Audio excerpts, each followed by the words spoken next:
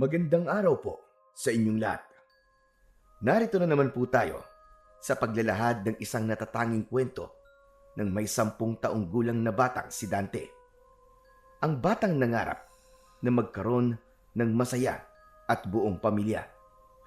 Ngunit isang araw ay bigla na lang nagdala ng babae ang kanyang ama. Lahat ng mga pangarap niya ay biglang gumuho at sa isang iglap ay nagbago ang takbo ng kanyang buhay. Paano niyang matatanggap ang natuklasang lihim sa pagkatao ng kinakasama ng kanyang ama? Magagawa kaya niyang iligtas ang kanyang ama laban sa kampon ng kadiliman? Sama-sama po nating pakinggan ang buhay at pakikipagsapalaran ng batang si Dante sa pagharap niya sa kinakasamang kabit ng kanyang ama. Ngunit bago po ang lahat mga idol, huwag po nating kalimutan mag-subscribe at i-hit ang notification bell sa aking YouTube channel na The Voice Addict at Apong Isaak para sa mas marami pang makapigil hiningang kwentong aswang at katatakutan mula sa mundo ng kababalaghan. Umpisahan na po natin ang kwento. Hala no ba? Wag naman dyan. Nakikiliti kasi ako eh. Ganyan nga ang gusto ko eh. Yung maraming kiliti sa katawan at ang bango-bango pa. Huwag ka nang malikot. Naman eh. Ang kulit-kulit mo naman. Sigurado ka na bang dito na ako titira? Hindi ka ba nagbibiro, mahal ko? Baka kasi napipilitan ka lang dahil wala kang kasama tuwing gabi. Ano ka ba? Bakit naman ako mapipilitan lang? Gustong gusto kita. Mahal na mahal kita. Teka nga, ako na muna ang asikasuhin mo. Huwag na muna ang mga bagay na wala namang halaga. Ay nako, sige na nga. Ang lambing-lambing mo talaga, mahal ko. Kaya mahal na mahal kita eh. Napabalikwas ng bangon ang may 10 taong gulang na si Dante. Nagulat siya sa malakas na ingay ng katring gawa sa kawayan. Nagmumula yon sa kwarto ng kanyang ama na halos dingding lang ang pagitan ng kanilang silid. Kasunod ang matinis at tila nakikiliting boses ng babae. Nagmula yon sa loob ng kwarto ng kanyang mga magulang. Muli niyang pinakinggan ang lambingan at kilitian sa kabilang silid. Halos 2 taon na rin ang nakakalipas magmula ng mag-ibang bansa ang kanyang inang si Aling Danica bilang isang domestic helper sa bansa ng Israel. At kung umuwi man ito sa kanilang bahay, ay nagtatagal lang ito ng 1 linggo na parabang nagbabakasyon lang sa kanilang probinsya. At pagkatapos ay muling magpapaalam sa kanila para bumalik sa bansa ng Israel. Kaya naman, naipagawa na ni Aling Danica ang kanilang bahay na mayroong katamtamang sukat para sa kanilang pamilya. Si Mang Roman naman, bilang isang minero, ay hindi na nagtuloy sa pagtatrabaho. Katwiran nito ay malaki naman daw ang kinikita sa ibang bansa ng kanyang ina. Kaya wala na raw dahilan para magtrabaho pa ito. Alak, sugal at sigarilyo, lahat ay pinasok ng kanyang ama. Tila nagbalik ito sa pagiging buhay binata. Kahit alam ni Aling Danica ang pinaggagawa ni Mang Roman, ay mas pinipili na lamang nitong manahimik. Natatakot kasi si Aling Danica na masira ang kanilang pamilya. Wala na raw magbabantay sa kanya kapag naghiwalay ang mga ito. Pero ngayon, bumundol ang kaba sa kanyang dibdib dahil naisip niyang baka nakauwi na ang kanyang ina. Dala ng kasabikang makita si Aling Danica, mabilis siyang tumakbo palabas ng kanyang kwarto. Nilapitan niya ang bahagyang nakabukas na pinto ng silid nito at diretso siyang pumasok sa loob ng kwarto ni Mang Roman. Ngunit nabigla siya sa kanyang nadatnan. Tay, sino po ang babaeng kasama nyo? Sino po siya, Tay? Magkasabay na nagulat ang dalawa nang marinig ang malakas na boses ni Dante. Kitang-kita niyang umalis sa ibabaw ng kanyang ama ang babaeng nagbalot ng kumot sa katawan. Nanlalaki ang mga mata ng babae at bakas sa mukha nito ang pagkadismaya sa biglang pagpasok niya sa silid ng mga ito. Mabuti na lang at medyo madilim ang loob ng kwarto, kaya't hindi niya masyadong maaninaw kung ano ang ginagawa ng mga ito. Alam niya rin na hindi yon ang kanyang ina. Umalingaw-ngaw ang galit na boses ni Mang Roman, sabay bato ng unan sa kanyang tiyan. Abat lintik na bata to ah! Anong itinatayo-tayo mo pa dyan ha, Dante? Pambira ka! Lumabas ka na ng kwarto namin at nakakahiya sa bisita ko! Bisita? May bisita po bang nasa loob ng kwarto niyo ni nanay? Ano ba yan? Ano ba yung anak mo, Roman? Parang hindi naman nag-aral. Basta na lang pumapasok ng kwarto mo. Hindi man lang marunong kumatok. Oo nga naman, Dante. Hindi ba't nakasara ang pinto? Bakit basta ka na lamang pumapasok sa kwarto ko na walang paalam? Pasensya na po, tay. Nakaawang po kasi ang pinto. Ang buong akala ko po dumating na po si nanay. Pero hindi po pala si nanay ang kasama nyo. Sino po siya, tay? Bakit po siya nandito? Huwag ka na nga maraming tanong. Lumabas ka na lang ng kwarto namin. Saka hindi na uuwi nanay mo. Kaya naghanap na ako ng kapalit niya. Ano ba? Hindi pa ba siya lalabas ng kwarto, Roman? Balak pa yatang panoorin tayo sa pag-aano natin Narinig mo naman yata, Dante, ang sinabi ni Sandra. Sige na, lumabas ka na at nakakaistorbo ka na Anak ng... Sa susunod nga, mag-aral ka muna kumatok ha, bago ka pumasok. Sayang lang ang natututunan mo sa eskwelahan Ginagamit mo lang sa kabastusan. Tama. Pahiya ka, no? Pero tay, ano po bang tawag sa ginagawa nyo? Hindi po ba't kayo po ang bastos at nakakahiya? Silid po nyo ni nanay ito, ngunit ipinapagamit nyo po sa ibang babae nyo. Tila naubos na ang pasensya ni Mang Roman at mabilis itong bumangon sa katre. Mabigat ang yabag ng paa nito na nilapitan siya at kinaladkad palabas ng kwarto. Dito niya napansin na walang saplot ang kanyang ama, kundi ang maliit na tela lang sa pang-ibaba nitong kasuotan. Para siyang pinagsakluban ng langit at lupa sa mga nakita. Hindi maipaliwanag ang sakit na gumuhit sa kanyang dibdib, lalo na nang bigla siya nitong pinagtaasan ng boses. Isinara na muna nito ang pintuan at mas sinigpitan ang pagkakakapit sa kanyang payat na braso. Nandidilat ang mga mata nitong dinuduro siya sa kanyang mukha. Ikaw ha? Itikom mo ang bibig mo kung ayaw mong tamaan ka sa akin na bata ka. Kapag nalaman to ng nanay mo, alam mo na kung ano magiging kapalit nito. Palalayasin kita rito sa bahay at hindi kita pakakainin. Naiintindihan mo ba?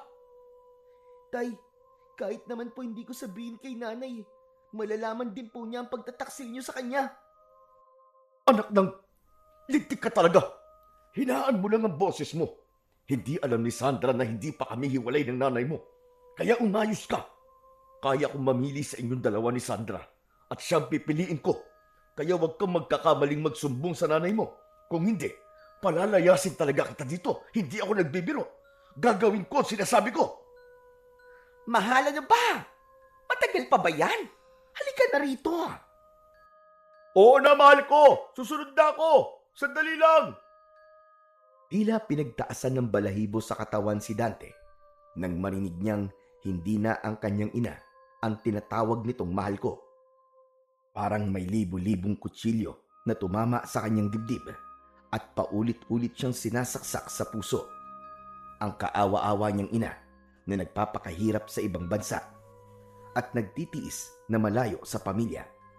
Pagkatapos ngayon ay meron na palang kahati sa buhay ng kanyang ama. Tandaan mo ang sinabi ko ha, Dante? Siya nga pala, magsaing ka na ng tanghalian natin. Damihan mo ang kanin. Malakas kumain si Sandra. Sige na, umalis ka na sa tapat ko. Sige na! Naramdaman niya ang daliri ni Mang Roman na bahagyang itinutulak ang kanyang balikat bilang pagtataboy sa kanya. Masiglang napangiti si Mang Roman nang pumasok ito sa pintuan ng kwarto nito. Bago nito tuluyang isinara ang pinto at sumilip pa ito sa kanya.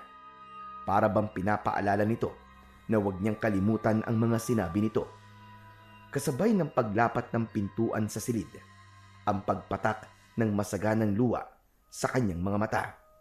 Nag-uumapaw ang galit niya para kay Mang Roman. Inisip niyang masakit sa kanya ang ginawa nitong panluloko kay Aling Danica. Ngunit alam niyang mas higit yun na mas masakit para sa kanyang ina. Buong araw na nagkulong si Dante sa loob ng kanyang kwarto. Hindi siya sumunod sa inuutos ng kanyang ama na magsaing muna ng tanghalian. Masamang-masama ang kanyang loob ng mga sandaling yon at ayaw niyang makita ang mukha ng babaeng ipinalit sa kanyang ina. Halos mabingi siya sa harutan at kilitian ng mga ito sa dating silid ng kanyang ina. Hindi rin siya makalabas ng bahay dahil natitiyak niyang laman ng usapan ng mga tao ang ginawa ni Mang Roman. Hindi magtatagal, sa pamamagitan ng sulat ay makakarating din sa kanyang ina ang tungkol sa ginagawa ng kanyang ama sa kanilang pamamahay. Maya-maya pa ay narinig niya ang malakas na boses ni Mang Roman. Galit na galit itong tinatawag ang pangalan niya, kasunod ng pagbagsak ng takip ng kaldero sa kusina. Dante! Dante, lika nga rito! Dante! Nagmamadali siyang lumabas ng kanyang silid at dahan-dahang lumapit sa kanyang ama. Nakahawak ito sa baywang habang matalim ang tingin sa kanya. Hindi na ito nakapaghintay na lumapit sa kanyang kinatatayuan at ito mismo ang humablot sa kanyang kamay. Pagkatapos ay hinawakan siya nito sa batok. Halos isubsub siya sa bibig ng kaldero nang makitang walang laman na kanin ang saingan nila ng bigas. Talaga bang nananadya ka, ha, Dante? Hindi ka pa rin nagsaing hanggang ngayon.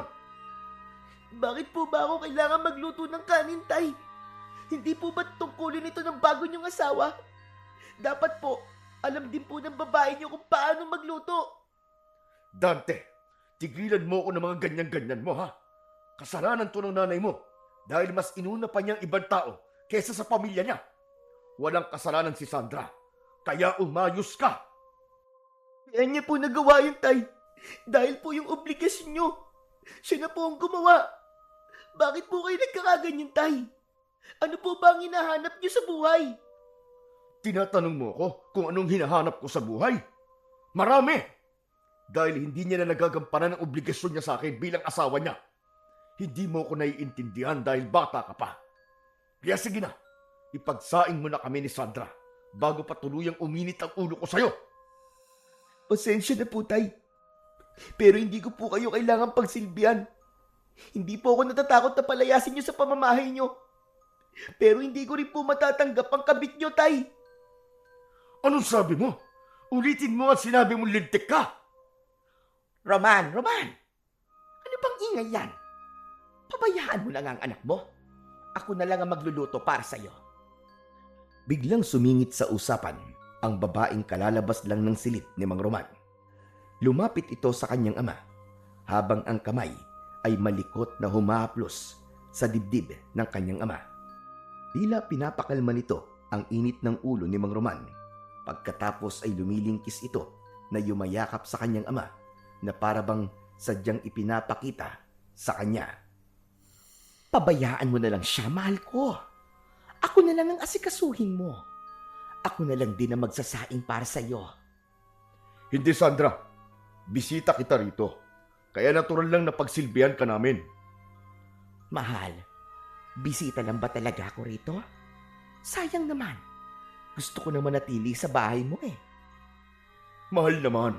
Sinasabi ko lang yon dahil gusto kong maramdaman mong prinsesa ka dito.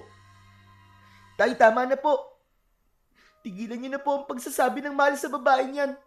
Hindi po siya ang asawa niyo. Humanap po kayo ng bahay na malilipatan niyo. Kay nanay po ang bahay na to. Dante, ipinapahiya mo na ako, ha? Baka gusto mo masaktan. Hindi ko po akalain na magagawa niyo to kay nanay, Tay. Mahal na mahal po niya tayo. Pero anong iginanti niyo? Nagdala po kayo ng ibang babae dito sa bahay. Matagal na kaming hiwalay ng nanay mo. Yan ang isaksak mo sa isip mo. Hindi po kayo hiwalay ni nanay. Nagsisinungaling lang po kayo. Halos sumiwalay ang kaluluwa ni Dante nang dumapo ang malakas na sampal ni Mang Roman sa kanyang pisngi. Pangalawang beses na siyang nasasaktan nito at hindi niya matanggap yon. Kaya naman, agad siyang tumakbo papalabas ng bahay habang sapu-sapo ang umiinit niyang pisngi. Tuluyan na siyang napahagulgul ng iyak habang mabilis ang kanyang takbo. Marami ang nakakita sa kanya nang lumabas siya ng bahay. Ang ilang mga kalalakihang mga tambay sa tapat ng tindahan ni Mang Isagani ay napapailing. Bakas sa mga mata ng mga ito ang awa para sa kanya. Kaya naman, imbis na mabawasan ang bigat na kanyang dinadala sa dibdib, ay tila mas lumalim pa yon na parabang gusto niya nang lumubog sa lupa at tuluyang maglao sa paningin ng mga taong nakarinig sa kanyang ama. Hindi niya namalayan na nakarating na pala siya sa gitnang kakahuyan sa tapat ng batis na madalas niyang pagtambayan. Doon ay malaya siyang napahagulgul ng iyak habang nakakuyom ang dalawang kamao. Naupo siya sa malaking bato at isinubsob ang muka sa dalawa niyang tuhod habang walang tigil sa pag-iyak. Habang nakayuko ay patuloy sa pag-iyak at hindi namalayan ni Dante na doon na rin siya nakatulog. Maraming masasayang panaginip kasama ng kanyang ina ang kanyang napanaginipan. Akala niya ay totoo, ngunit nagising na naman siya sa katotohanang malaki na ang ipinagbago ng kanyang ama. Wala na ang pag-asang pinapangarap na pamilya.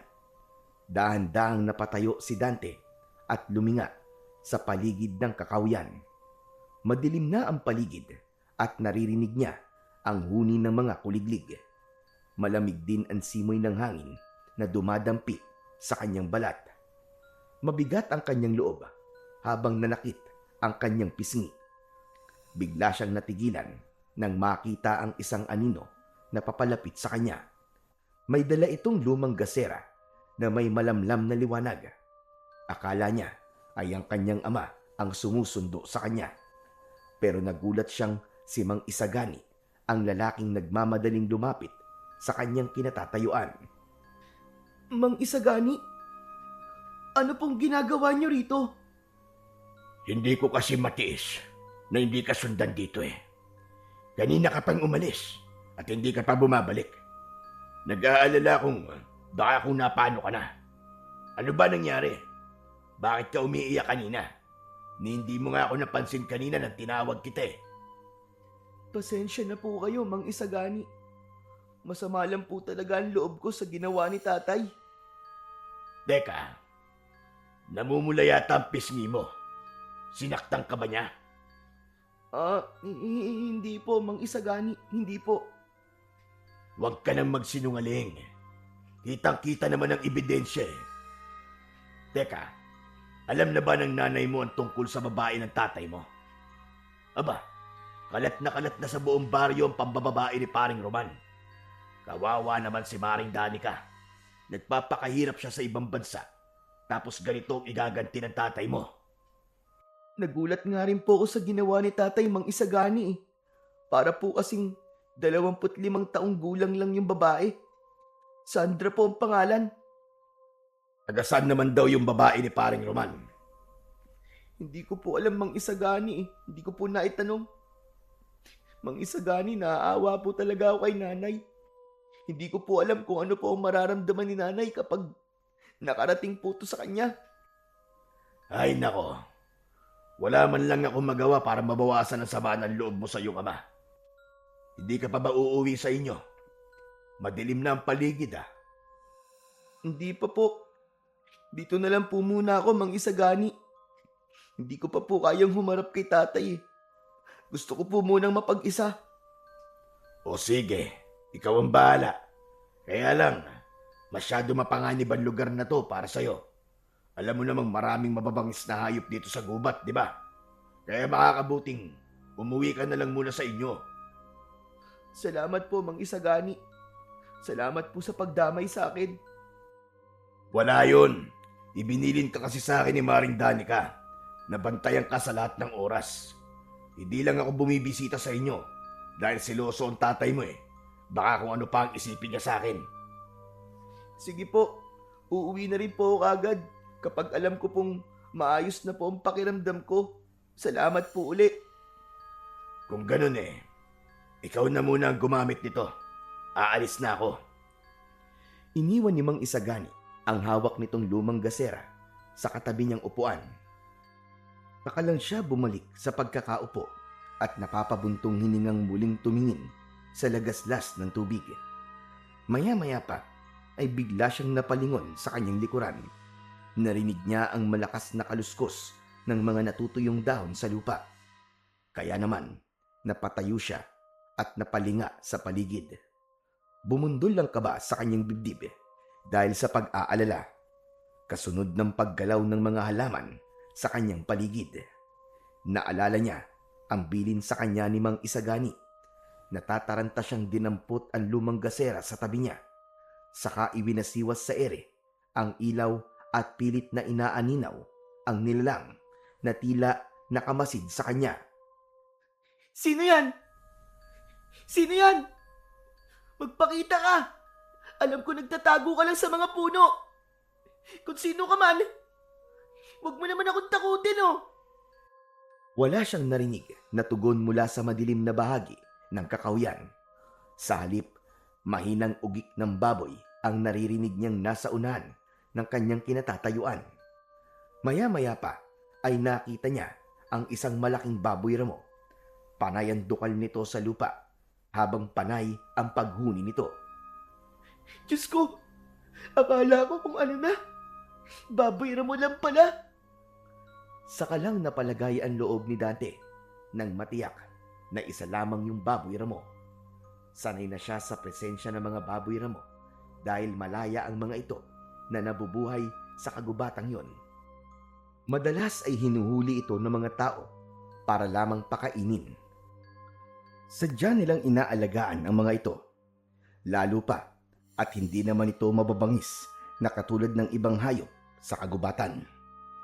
Akmasa nang uupo si Dante sa bato nang bigla siyang natigilan.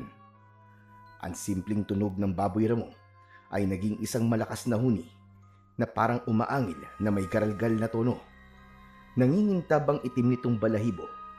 Pulang-pula ang mga mata at may tila ngiti na hindi likas sa isang hayop. Kumakabog ang dibdib ni Dante. Hindi siya makagalaw habang pinagmamasdan ang nilalang na yon na tila ba nagbabanta ng lumapit. Mabigat ang hakbang ng baboy ramo, parang may dalang panganib. Ramdam ni Dante ang lamig na tila sumasakal sa kanyang dibdib. Nang makalapit na ang nilalang, napansin niyang ang baboy ramo ay may aninong hindi naaayon sa hugis ng katawan nito. Para bang taong nakayuko, tila may isa pang pagkatao na nakakubli sa katawan ng hayop. Nanginginig ang hawak niyang ilawan habang hindi inaalis ang tingin sa nilalang na panay din ang pagsinghal. Dahil sa nararamdamang takot ni Dante, napaatras siya at napasigaw. Tulong! Tulungan niyo ako! Huwag ka lalapit sa akin! Maawa ka! Huwag ka lalapit! Ngunit patuloy sa paghakbang ang nilalang. Ang tayong-tayo nitong balahibo na parang kasing tigas ng alambre ay mas lalong nagdulot sa kanya ng kilabot at pag-aalala. Maya-maya pa ay bigla itong lumukso sa kanyang kinatatayuan. Tinamaan siya nito sa tiyan ng matigas nitong mga kuko sa paa. Kaya't bumagsak siya sa lupa kasabay ng pagbitaw din niya sa lumang gasera. Akma na sanang aatake ito sa kanya ng kagat nang biglang lumiwanag ang paligid dahil sa natapon na gas sa lupa. Kumalat ang apoy sa paligid niya, kaya't natakot ang baboy ramo. Malakas itong napaungol na tila ba napaso ito sa init ng apoy. Mabilis itong kumaripas ng takbo papalayo sa kanya, habang ang maliit na sugat sa kanyang tiyan ay umagos ang dugo. Mahapdi yun na halos mapangiwi siya sa sobrang sakit. Iniangat niya ang kanyang damit at naluluwang hinabol ng tingin ang daan na tinahak ng baboy ramo. Dahan-dahan siyang tumayo at iika-ikang naglakad papunta sa bahay nila. Saktong nakasalubong niya si Mang Isagani na humahangos sa pagtakbo at bakas ang pag-aalala. Kasunod nito si Mang Roman na hindi maitago ang galit sa muka nang makita siyang naglalakad. Ni hindi nito sinulyapan ang dugong umaagos sa kanyang tiyan. Ano nangyari, Dante? Bakit ka sumisigaw? Bigla po akong inatake ng aswang na baboy Ramo, Mang Isagani. Eto nga po, nasugatan po ako sa tiyan. Diyos ko po. Paring Roman, may sugat nga si Dante sa tiyan, oh.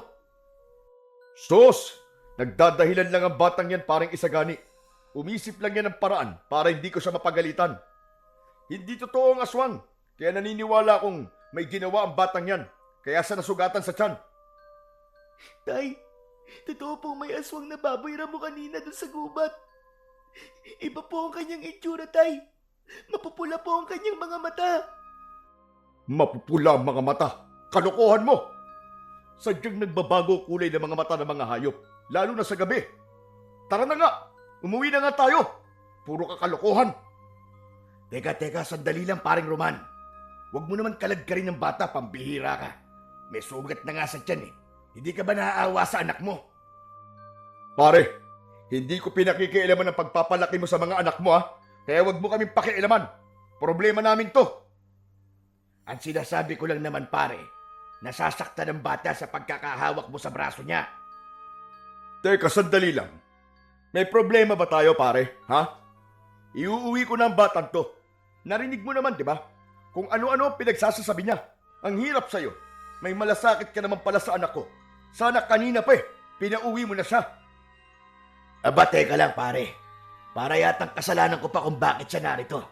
Baka nakakalimutan mong ikaw ang dahilan kung bakit siya napunta rito. Tay, Mang Isagani, tama na po. Huwag na po kayo magtalo. Mang Isagani, uuwi na po ako. Maraming salamat po sa pagpapayaram po sa akin ng gasera. Kung hindi po kasi dahil sa ilawan nyo, baka napahamak na po ako. Tama na nga yan. Puro ka drama. Kasalanan mo kung bakit ka napapahamak. Gabing-gabi na kung saan ka pa nagpupunta. Naiwan nilang nakatayo si Mang Isagani sa gitna ng gubat. Nahabol na lamang siya nito ng tingin habang bakas ang awa sa mga mata nito. Halos hindi niya maihakbang ang kanyang mga paa dahil sa tumitinding sakit ng kanyang tiyan. Nararamdaman din niya ang masakit na pagbaon ng kuko ng kanyang ama sa kanyang braso. Sa susunod, hindi ka na makakalaya sa bahay natin. Pabihira na to. Masyado ka namang apektado sa pagdadala ko ng babae sa bahay. Hindi naman kita asawa. Anak lang naman kita. Gumawa ka pa ng kwento para lang magpaawa sa lalaking yon. Tay, totoo po talaga ang sinabi ko sa inyo. Aswang po talaga ang baboy Ramo na yun, Tay. Iba po kasi ang kanyang mga mata. Bakit po ba ayaw niyong maniwala sa akin, Tay? Hindi pa ba sapat ang sugat ko sa tiyan? Siya po may gawa nito, Tay. Yung aswang po may gawa nito. Tama na! Tumigil ka na! Nandito na tayo sa bahay, ha? At ayoko marinig ni Sandra ang mga pinagsasasabi mo sa akin. Naiintindihan mo? Wala akong panahon para pakinggan ang aswang-aswang mong yan. Hindi ako naniniwala sa mga aswang. Saka lang binitiwan ni Mang Roman ang braso ni Dante habang nandidilat ang mga mata nito na nakatingin sa kanya. Naunang pumasok ang kanyang ama sa loob ng kanilang bahay. Hindi nito pinansin ang dugong umaagos sa kanyang tiyan habang naiwan siyang naiiyak sa sitwasyong nararanasan niya sa kanyang ama. Malaki na ang ipinagbago ng ugali nito magmula nang maging kabit si Sandra. Malungkot na naglakad papasok ng bahay si Dante at nakita niya si Sandra. Nakaupo ito paharap sa lamesa habang kumakain. Nakataas ang kaliwa nitong paa sa bangko habang sumusubo ng kanin. Ni hindi siya nito sinulyapan at abala sa paglantak ng adobong baboy na maputla pa sa labi nito. Nanginginig ang kanyang katawan dahil sa galit. Tangka na sanang papasok siya sa loob ng kanyang silid nang may iabot sa kanya si Mang Roman. Oh, tanggapin mo regalo ko sa'yo. Muntik ko na makalimutan. Birthday mo pala ngayon. O ano? Hindi mo ba ito kukunin? Titignan mo na lang ba to? Hindi ko rin po alam. Nakaarawan ko pala ngayon, Tay. Ilagay niyo na lang po sa altar ang regalo niyong yan. Sapat na po ang mga nangyari ngayon. Sabay sulyap niya sa babaeng abala pa rin sa pagkain. Tila naiintindihan ni Mang Roman kung ano ang ibig niyang sabihin. Kaya naman, malungkot nitong ibinaba ang kamay at nahihiyang napasulyap din sa babae. Tinalikuran niya na ito at diretso siyang pumasok sa kanyang kwarto. Pero kahit nasa loob na siya ng kanyang silid, naririnig naman niya ang pag-uusap ng dalawa na para bang sadyang ipinaririnig pa sa kanya. Roman, hindi ko nagugustuhan ang ugali ng anak mo, ha? Kung ayaw niyang tumira ko rito, mabuti pang mamili ka na sa amin kung sino ang matitira sa bahay na to. Hayaan mo na, mahal ko. Bata pa si Dante at wala pang kakayang tumayo sa sarili niyang paa. Huwag kang mag-alala. Hindi na mauulit to, ha? Abay, dapat lang. Maikli lang ang pasensya ko. Baka pati ikaw hiwalayan ko. Aba, wag naman, mahal ko. Hayaan mo at pagsasabihan ko. Pasensya ka na talaga, ha? Mas lalong nangibabaw ang galit ni Dante nang marinig niya ang usapan ng dalawa sa labas ng kanyang silid. Kaya naman, kinuha niya ang kanyang dalawang unan at itinaklob niya yon sa kanyang tenga. Hindi niya namalayan na nakatulugan na niya ang pananakit ng sugat niya sa tiyan. Kinabukasan ay naramdaman ni Dante na may gumagamot sa kanyang sugat. Kaya't dahan-dahan siyang nagmulat ng mga mata at nakita niya ang kanyang ama na may hawak na bote ng langis at nilalagyan ang sugat niya. Hindi siya makagalaw dahil abala si Mang Roman sa panggagamot sa kanya. Bigla itong nagsalita nang maramdamang gising na siya. Anak, wag mo nang uulitin yun, ha? Nag-aalala rin naman ako sa'yo, eh. Kaya lang, intindihin mo na lang ako, anak. Wala ang iyong ina. Lalaki ako, anak. May mga pangangailangan din ako na hindi na ibibigay ng iyong ina. Dahil palagi siyang wala rito, eh. Nasa abroad siya. Pero Tay, mahal na mahal po kayo ni Nanay. Paano niyo po itong nagawa sa kanya? Mahal ko rin naman ang nanay mo, anak. Kaya lang, mahal ko rin si Sandra, eh. Hindi ko kayang mawala siya. Tay, ano pa po ba ang kailangan kong intindihin sa inyo? Masakit po ito para kay Nanay. At parang baliwala lamang po sa inyo kung ano mararamdaman niya. Huwag mo na akong pigilan, anak. Nakapagpasya na ako. Pakikisamahan ko na si Sandra. Kaya dito na siya titira. Hindi po, ayoko. Hindi ko po matatanggap Tay na dito po siya titira sa atin. Malapit na po dumating si Nanay at malaking gulo po yun. Lalo na kasal po kayo. Makukulong po kayo, Tay. Hindi yun magagawa ng nanay mo. Mahal niya ako, eh. At sana, mapatawad niyo ako sa nagawa kong pagkakamali sa inyo, anak. Nagmahal lang ako. Kahit papiliin ako sa inyo ni Sandra, si Sandra pa rin ang pipiliin ko. Tila apoy na sumunog sa puso ni Dante ang narinig na yon mula sa kanyang ama. Hindi siya masyadong nasasaktan sa ginawa ni Mang Roman sa kanya. Pero ang isipin niya, ang sakit na mararamdaman ni Aling Danica ay sapat na para gumuho ang pinapangarap niyang masaya at buong pamilya. Umagos ang masaganang luha sa kanyang mga mata. Maya-maya pa ay tumayo na to. Saka muling tumingin sa kanya. Huwag ka nang babalik sa gubat na yun, ha? Mabuti na lang at hindi masyado malalim ang sugat mo sa tiyan. Bumalik na ako, anak, sa trabaho ko bilang isang minero. Gusto kong sa sarili kong pinagpaguran, manggagaling ang ipapakain ko kay Sandra. Malapit na akong umalis. Panggabi ako sa trabaho.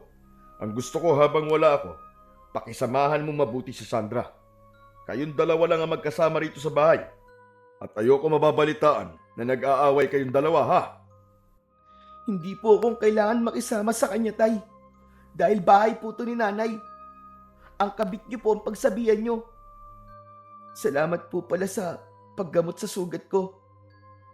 Talaga bang Nakikipagmatigasan ka na sa akin, ha, Dante? Hindi ka ba talaga marunong mapakiusapan? Tay, hindi pa ba sapat sa inyo ang sakit na ginawa niyo sa amin ni nanay? Nagdala pa kayo ng babae niyo sa pamamahay niya at pagkatapos, pagsisilbihan namin siya rito na parang prinsesa. Hindi po maaari ang gusto niyo, Tay. At hindi niyo po ako mapipilit na pakisamahan ng kabit niyo. Hindi na muna natin pag-uusapan to. At hindi ako nagkulang ng pagpapaalala sa'yo.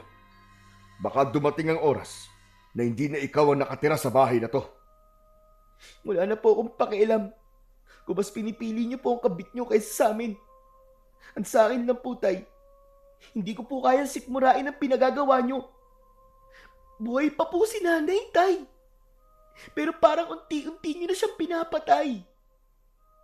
Kung may malilipatan lamang ako na ibang bahay, gagawin ko.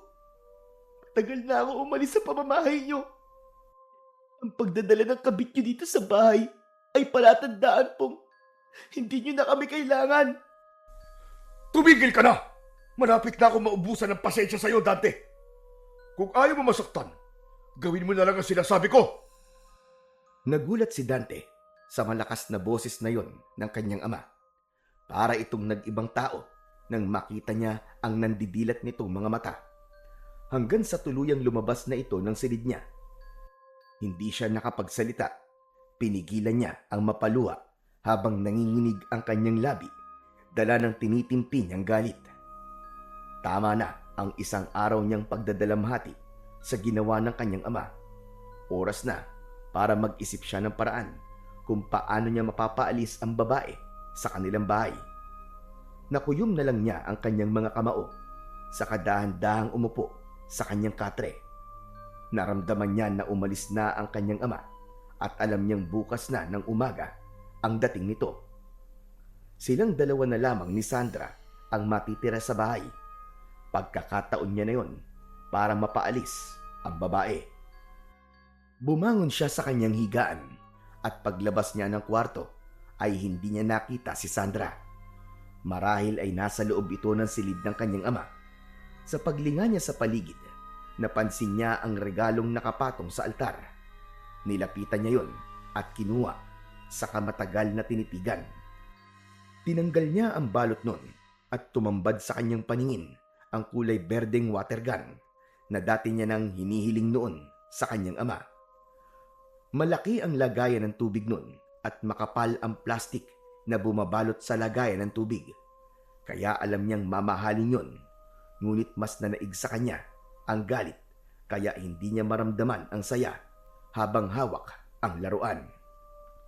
Dahil pakiramdam ni Dante na parang hindi siya nakakahinga sa bahay, naisipan niyang lumabas muna at tumambay sa tindahan ni Mang Isagani. Nakita niyang maraming mga tao ang nag-uumpukan sa tapat ng tindahan. Nagkwekwentuhan ang mga ito, ngunit nang lumapit siya ay biglang tumigil ang mga ito sa pagsasalita, habang ang iba naman ay umalis at pumasok sa kanilang bahay. Naramdaman kagad ni Dante na sila ang pinag-uusapan ng mga ito. Mabuti na lang at nagpaiwan si Mang Isagani, pati na ang dalawa nitong kasama na sina Mang Tino at Mang Kaloy. Mga kaibigan ito ng kanyang ama. Mang Isagani, saka ko na lang po babayaran yung gaserang nasira ko po, ha? Ay, nakong bata to. Huwag mo nang isipin yun. Marami naman akong gasera sa loob ng bahay eh. Teka, sandali lang. Kumusta na pala ang sugat mo sa tiyan? Okay na ba? Maayos na po kahit papano. Ginamot naman po ko ni tatay. Maya-maya pa ay sumingit sa usapan si Mang Kaloy. Nagtanong ito kung totoo nga ba raw na siya ay inatake ng aswang kagabi na anyong baboy ramo. Totoo po ang nangyaring yun, Mang Kaloy. Kaya ako naman po nalaman na aswang po ang baboy ramo ay dahil mapupula po ang kanyang mga mata. Saka inatake niya po ako gamit ang kanyang kuko. Kaya po ako nasugatan sa tiyan at nabasag ko po ang gasera ni Mang Isagani. Nagbulungan sina Mang Kaloy at Mang Tino. Pagkatapos, si Mang Tino naman ang nagsalita. Sinabi nito na ngayon lang sila nakarinig ng tungkol sa aswang na baboy ramo at wala naman daw nababalita ang inatake ng aswang sa lugar nila. Kaya naman, si Mang Isagani naman ang nagsalita. Naniniwala akong may aswang sa baryong to. Kung hindi ko narinig ang sigaw ni Dante kagabi, baka kung napano na siya sa gubat. Mabuti na lang at ng mga oras na yon ay nakasalubong ko si Roman at hinahanap niya si Dante. Ang natatandaan ko aswang awok ang tawag sa mga ganung uri ng aswang. Ano po, Mang Isagani? Aswang awok? Ano pong klaseng nilalang yun, Mang Isagani? Aswang awok. Sila ang mga nilalang na kilala sa kakayahang magpalit ng anyo bilang isang malaking itim na baboy o baboy ramo. Karaniwan itong inilalarawan bilang mabangis at malakas tuwing gabi, lalo na kapag kabilugan ng buwan. Ayon sa mga paniniwala ang awok ay hindi basta-basta nakikilala sa araw dahil ito ay nag-aanyong karaniwang tao. Ngunit sa gabi, ito ay nagiging isang nilalang na hayok sa laman loob at dugo ng tao. Isa ito sa mga kinatatakutang anyo ng aswang sa mga kwentong bayan, lalo na sa mga probinsyang tulad natin, kung saan malakas pa rin ang paniniwala sa mga nilalang ng dilim. May mga kwento ring nagsasabing ang awok ay maaaring likha ng mas makapangyarihang aswang, gaya ng bangkilan, sa pamamagitan ng pagsalin ng itim na perlas mula sa kanilang bibig patungo sa bibig ng taong nais nilang gawing aswang. Sumagot naman si Mang Kaloy na napatayo pa sa harap ni Dante.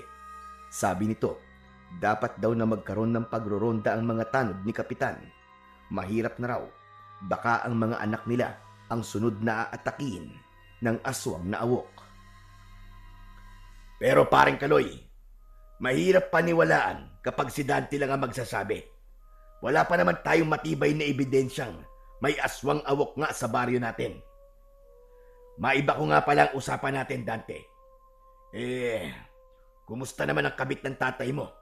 Nabalitaan kong nakarating na raw kay Maring Danica ang ginawa ni paring Roman. Abay, hindi na talaga nag-isip ano. Hindi ba niya alam na pwede siyang ipakulong ni Maring Danica? Lalo na sa bahay niyo pa mismo nakatira. Wala na po akong magagawa, Mang Isagani. Kinausap na po ako ni tatay. Kapag nagpumilit pa raw po ako sa gusto ko at pigilan siya, palalayasin daw po niya ako sa bahay. Abat, tinamaan ng lintik.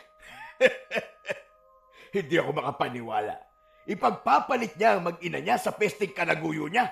Hindi ba niya alam na kaya tayo nag-aasaway para magkaroon ng anak? Diyos ko, may ganun talagang tatay na hindi alam kung ano ang halaga ng isang pamilya. Hindi nagawang magsalita ni Dante dahil sakto yon sa pagsilip ni Sandra sa bintanang katapat ng tindahan ni Mang Isagani. Lahat ay napatingala sa babaeng nakasilip sa bintana. Nagulat ang lahat sa ganda ni Sandra. Kaya naman, hindi napigilan ni Mang Tino na magsalita habang nakatingala sa babae. Sabi nitong kaya naman daw pala nagloko si Mang Roman ay dahil maganda at bata pa ang kabit nito. Sinasayang daw ng babae ang buhay nito at pumatol sa lalaking may asawa. Si Mang Kaloy naman, na bigla na lang natulala sa babae, ay nakapagsalita. Wala raw pinipili ang pag-ibig kung saan daw yun titibok. Si Mang Isagani ang umawat sa dalawa na tila humahanga sa kagandahang taglay ni Sandra. Tama ba yan? Mahirap umibig sa masyado maganda. Baka dyan na masiraan ng ulo si paring Roman. Kawawa naman ang nanay mo, Dante. Pero wala naman kaming karapatang makialam sa inyo. Buhay nyo yan Hindi alam ni Dante kung bakit siya nakaramdam ng takot at pag-aalala sa uri ng tingin ni Sandra sa kanila. Maging si Mang Isagani ay napahawak sa kanyang balikat. Ramdam na ramdam niya ang pag-aalala nito sa kanya. Pati na ang malalim na buntong hiningang ginawa nito bago ito tuluyang pumasok sa tindahan. Si Sandra naman, pagkatapos siyang makita sa labas, ay pumasok na rin ito sa loob ng bahay at nawala ito sa bintana. Dismayado namang muling bumalik sa upuan ang dalawang kaibigan ng kanyang ama at hindi na nagsalita pa. Malalim ang mga iniisip nitong napatingin kay Dante. Mabuti na lang at sa bahay na ni Mang Isagani kumain ng tanghalian si Dante. Iniiwasan niya talagang makausap o makaharap si Sandra. Pagkalipas ng ilang oras, ay nagpasya na siyang pumasok sa kanilang bahay. Napapailing na lang na pumasok ng silid si Dante para matulog ng tanghali. Pero napansin niya ang babae na hawak ang kanyang water gun na ipinatong sa altar. Malalaki ang hakbang ng kanyang paa na hinablot niya ang laruan sa mga kamay nito. Huwag mong hawakan yan! Bigay sa akin yan ng tatay ko! Bakit ba? Ako naman ang pumili ng laruang yan ah. Isa pa, pera ko din ang ginastos dyan. Bakit? May pera po ba kayong pambili sa laruang to? Baka nga, pera pa ni nanay ang pinambili nyo rito eh. Ba? Masyado naman yatang mataas ang tingin mo sa sarili mo. Pero alam mo, kaya siguro pinalitan ng nanay mo dahil mahina siya pagdating sa kama. Tumigil ka! Huwag na huwag niyong pagsasalita na masama ang nanay ko. At kahit kailan, hindi niyo ako masusuhulan ni tatay sa laruan na to. Sa ina ang water gun na to, isaksak niyo sa baga niyo. Sinadya ni Dante na bigyang diin ang huling salita para mas lalong inisin si Sandra. Kaya lang, lumipad ang malakas nitong sampal sa kanyang muka. Sapu-sapu niya ang pisngi at muling napatingin kay Sandra. Tila nagbago ang ugali nito ngayong silang dalawa na lamang ang natitira sa bahay ng kanyang ina. Akala mo ba ay hahayaan ko na lang na bastusin mo ko sa loob ng pamamahay ni Roman? Kanina pa kitang naririnig na pinag-uusapan niyo ako sa harap ng tindahan ni Isagani. Pumapatol ako sa bata, baka akala mo. At hindi kita mapapalampas sa pagsagot-sagot mo sa akin. Bakit niyo po ako sinampal? Saka ano po ba sinasabi niyo pamamahay ito ni tatay? Bahay po ito ng nanay ko. Dugo at pawis niya ang ipinuhunan dito para lang maipatayo ito. Pagkatapos dumating kayo para babuin ang bahay niya. Talaga po palang ang kapal ng mukha niyo. Ano? Anong sinabi mo? Wala kayong karapatan na saktan ako sa bahay namin ng nanay ko. Kayo ang dapat mahiya. Wala kayong puwang sa pamamahay na ito. Tuluyan na ngang naubos ang pasensya ni Sandra kay Dante. Itinulak siya, kaya bumagsak siya sa sahig. Nabitiwan niya ang hawak na water gun at kasabay ng pagbagsak niya ay niluhuran naman siya ni Sandra sa kanyang tiyan. Magkakasunod na pagsampal sa kanyang muka ang ginawa nito dahil naiipit nito ang sugat niya sa tiyan. Kaya naman napasigaw siya ng malakas dahil sa labis na sakit. Aray! Ang sakit ng sugat ko! Tulong! Tulungan niyo ako! Ba? Hihingi ka pa ng tulong na lintik ka? Hindi pwede sa akin ang ugali mong walang hiya ka! Aray, tama na po! Tama na po, nasasaktan na po ako! Talagang masasaktan ka sa akin? Ano? Matapang ka, di ba? Hindi talaga kita titigilan hanggat hindi ka nagtatanda. Lintik ka! Magpasalamat ka na lang at pinatulan ko pa ang tatay mong amoy lupa! Patuloy ito sa paghampas sa kanyang muka. Saktong narinig niya ang pagdating ni Mang Isagani, Mang Kaloy at Mang Tino para awatin si Sandra sa pananakit nito sa kanya. Hinawakan ni Mang Isagani ang tigkabila ang braso ng babae at inilayo ito sa nakahigang si Dante. Umiiyak na inalalayan siya ng dalawang kasama ni Mang Isagani para makatayo siya. Habang nagpupumiglas sa galit si Sandra at tangkana naman sanang susugod sa kanya. Bitiwan mo mga braso kong hayop ka! Papatayin ko ang batang yan! Ano ba? Tama na! Bakit pati bata ay pinapatulan mo? Hindi ka na nahiya? Anak yan na may-ari ng bahay ng babaeng inagawan mo ng asawa. Bitiwan mo akong hayop ka! Sino ka ba, ha? Umalis kayo sa pamamahay ni Roman. Kalalaki niyong tao mga pakialamero kayo. Hindi kita bibitiwan dahil sinasaktan mo si Dante.